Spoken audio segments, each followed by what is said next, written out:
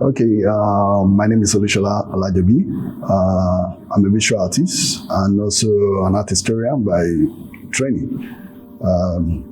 Currently trying to round up my program at University of Lagos, where I'm currently pursuing my MA Art History. So I'll say I'm a Nigerian, African, and also a lover of nature. And what else should I say? I think that should do for now. I would say my journey, like what every other person would say, started kind of early. But I think in my own case, it was more like I was this kind of shy boy because I attended the boys' only school in secondary school. So, among boys that their parents have cars and stuff. So in class, always. So, but there was some of these my friends that always draw all these shallow soccer and in their books, and I'm like, wow, I can do this too. But which means when I get back home, I try to pick my exercise book and draw some of them too. But I think from there I started picking interest, and I remember back then too. We also have there was fine arts in my school, so I saw some works by my fine art teacher. Then I was like, wow.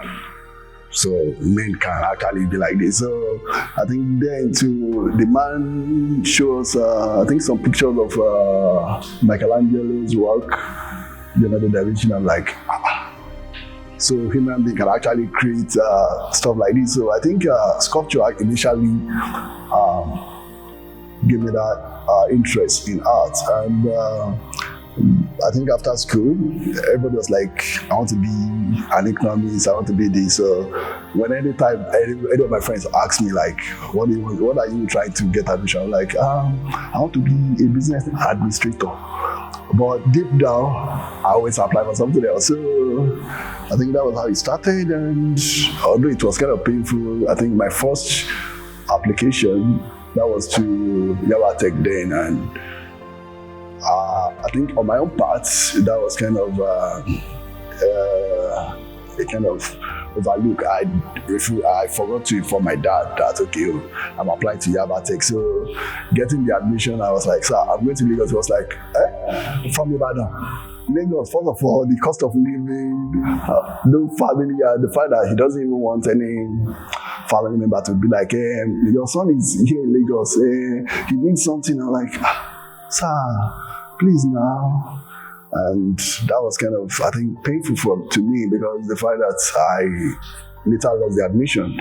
And I think it took a lot of begging and something to even try to make him consider like, okay, just allow this boy go and study art. Not that you have against studying art, but the fact that you were talking about Lagos out of the case. So I'm getting to Yaba Tech, I think on that day, and they were like, my name came out in the first batch, and I think they were thinking maybe the third or something, like, okay, we can't do anything. And I remember, I think the man there then was like, they have an option for me, which is to take a part-time. And I was like, if I'm taking part-time, that's not like 3 years for a part-time in finance. And no worry. So I got to that, and I guess my dad was like, I offend this boy. So the next year, I applied again to the Polytechnic Ibadan, where I did my OND in art and design. So from then, I think, getting to Poly 2 again, the fact that initially I think I only have this idea about drawing, painting, and sculpture. And the fact that you have to do all the courses like textile, all concerning with like color and stuff. And but from there, at least we escaped through. And so even recently, I think I was going through one of the picture of the first sculpture I did, which was supposed to be a rabbit. Well, it was looking like I don't really know what to call it, but so far so good. At least we're still dating. I think maybe because of my my exposure, maybe reading as an art historian, have actually made me understand that I think maybe made me really connect with the theme, because I think another part I missed to talk about earlier was the fact that I also volunteer for people that try to do waste to wealth or sustainability. And knowing about climate change, especially, which is really affecting everybody now. And I'm like, how did this thing actually happen? And knowing the fact that everything actually started by us, humans, while we try to look at developing ourselves, the world, technology and everything, we try to, I think, maybe because of our greed, I will use that word, because of our greed, we try to just, anything I want to die, let it die. We don't give a... And I think this idea of capitalism, I've actually also expanded that. So just make it like, let's just take whatever we want and leave the rest. Anybody that wants to, and thinking about the effect, not just the effect, the adverse effect of those stuff now, because I remember even a senior colleague of mine was talking about his hometown.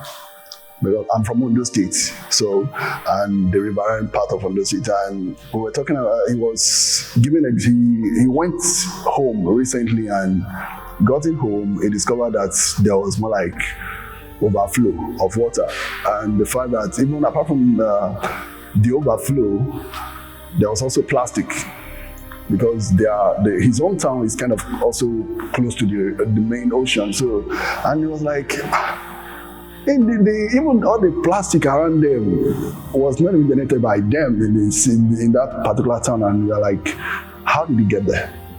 Which is more like the effect of what all of us in the world where we are doing. And I think when we talk about we also destroy everything.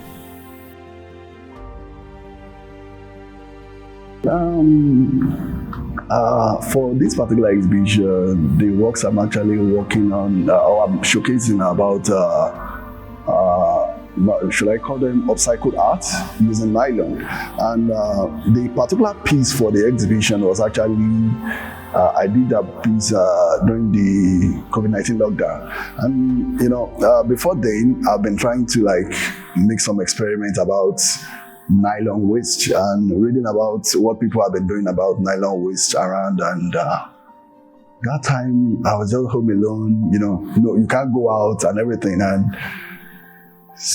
I was having a pile up of nylon in my house. And the fact that, the boss I was volunteering with, which is about waste to art, would be like, if as an advocate, you're advocating for something, then you yourself should practice it. So I think that thing just stuck in me. I stopped throwing away any nylon. So if I buy bread, after eating the bread, I will even sit down and remove the tape so that it's not tear. So, and during the lockdown, having this a Ghana must go fill up.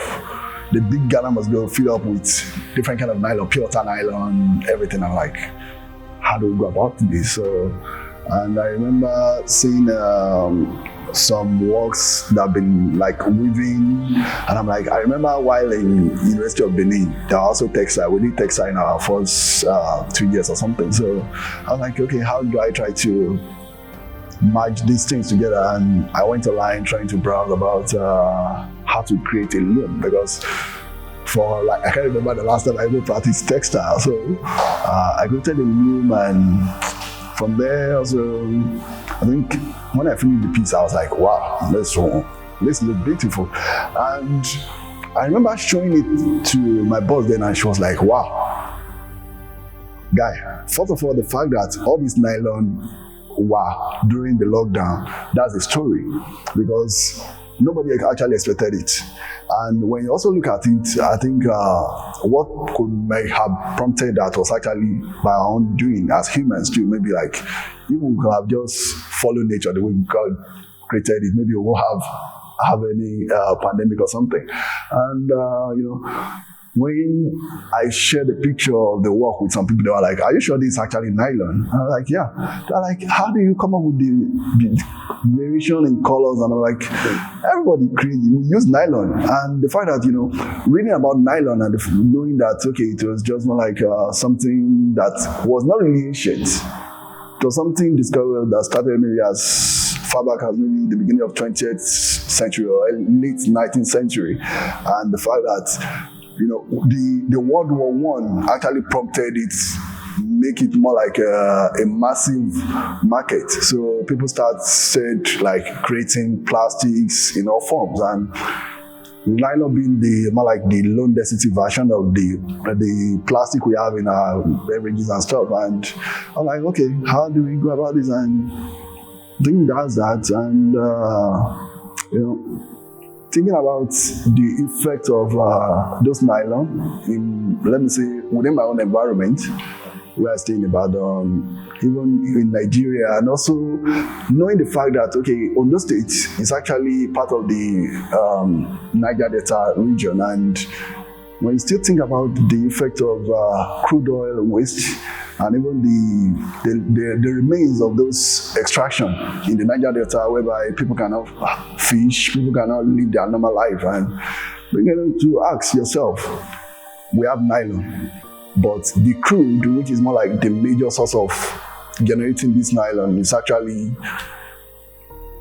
more like we actually have the crude to use to produce other things, but the nylon we are making from it is also killing us, because now there are instances that have been cited whereby we now have nanoplastics in people's blood, in people's hearts and stuff, because it's something, this nylon, according to some scientists, they said it takes about 450 years before it can decay or something. So it's not something you just, even when you say like, okay, I burn it, when you burn, it just compress. Nylon don't actually die. You just compress, maybe like, okay, big, whatever, compress to a small version, and maybe over time, pile of sand and everything. But the sand, everything will just later on maybe come to small bits, and from there.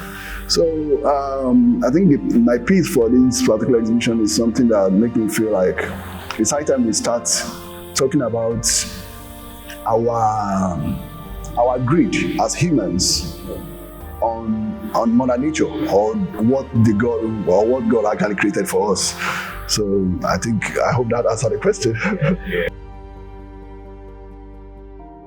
I'm saying, when you talk about vulnerability, as in me as a person, I'm trying to think the part that I'm really, but I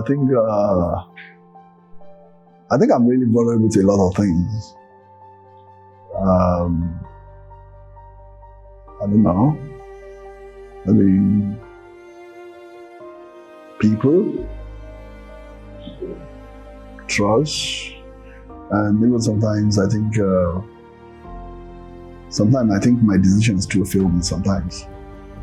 In the sense that, sometimes in your head you already calculate that 2 plus 2 is going to be like this. And later on you realize that it was more like a big mistake. Because, okay, let's say for example, a personal one is the fact that I think after secondary school, most of the people I talk with, they were like, if you want to study arts, it's more better if you go to maybe college of education or polytechnic. And getting to polytechnic, I was like, nothing's there. Because the so-called polytechnic, which is supposed to give me like the practical, was not giving me that practical I really needed. So I'm getting to Benin years later for my bachelor's degree, and seeing that, it was like you just wasted about 3 years, because the fact that, okay, you're in the 1, you're in the 2, you're IT, like, why not just, I think maybe you have just read maybe in books or something, or consult people that actually know. Maybe people have. So I think sometimes when I look back in those years, and I still feel like no. Because even with that, I told my junior brother when he was like, I think he got admission to College of Agric or something in Ibadan, and another admission to FUNAP. I was like, guy, leave College of Agric. So he was like, as a guy, no, it's more better if you don't have this degree, have this degree. Not just because you think our housing is in Ibadan and you're like, okay, maybe one of my friends too also have admission to there. And like, so, funny thing is, I think about 2 years ago when we were all home during Christmas and we were talking and it was like, Egmo, sometimes I'll be like, as me, I just follow my decision then, like, just go stay, like, why would you tell me I should go to one particular school? And that's, by now, maybe I'll be regretting it because most of his friends that actually went to the college, after 2 years, they still have to, like, get to FUNAB again. And it's like, when you now come, by that time, he was already ballet and it was like, thank you. And I'm like, I wish I actually had someone that actually maybe like gave me a better insight about my own decision earlier too. Maybe I would have wasted more like that 3 years. Although that 3 years, not like maybe it was wasted because at least I met some people, but still, I still feel I could have used that, even if it was more like an internship I did in that particular school for a whole 3 years. I was still meet all those people too, instead of wasting money, resources, time, and art education. Receiving education in the art, especially in Nigeria, is always kind of draining because you sitting under the sun for hours drawing landscape that at the long run you won't practice the landscape. So I think that's kind of funny because I don't think I can do anything outside art because I think since close to maybe going to about this 2023, more than a decade now that I've been into art, let's say as an art student or something. I think I've really enjoyed it. And the fact that, I remember doing an assignment for a colleague while I in Ibadan then, and I think we were told to do a picture frame, and this guy was ready to give me money. I just got my plywood, I just saw things, and the guy gave me the money, and thinking about those things, I don't think I can do any other profession. And the fact that, when I do tell most of the people that are close to me that sometimes life is not about the money, it's about where you find the fulfillment. And I think art really gives me that. And, the fact that you meet people, even the so-called, maybe like some so-called high whatever, you guys will sit and talk. You're both artists. The only difference that may be there may be like, okay, I've been in art maybe like decades ago before you get there. Or maybe someone will be like, I've actually had maybe 20 exhibitions and you've not exhibited but once or twice. So looking at it, I think art is either art or nothing. Because even in my spare time, I think it's still about art. Because when you talk about art, maybe like, if it's not drawing, you sing, you watch movie, theater, art, write. Everything is about art. So even till date, my life still revolves around art. So, and the second question, which is in my spare time. In my spare time, I think even when it's not even spare, because I think when many creatives always be like they have maybe creative block. Me, I think I always try to avoid that. So if, for example, I'm working on some project and it's becoming kind of overwhelming, I'll abandon it, go and watch movie, play some, and I love playing all these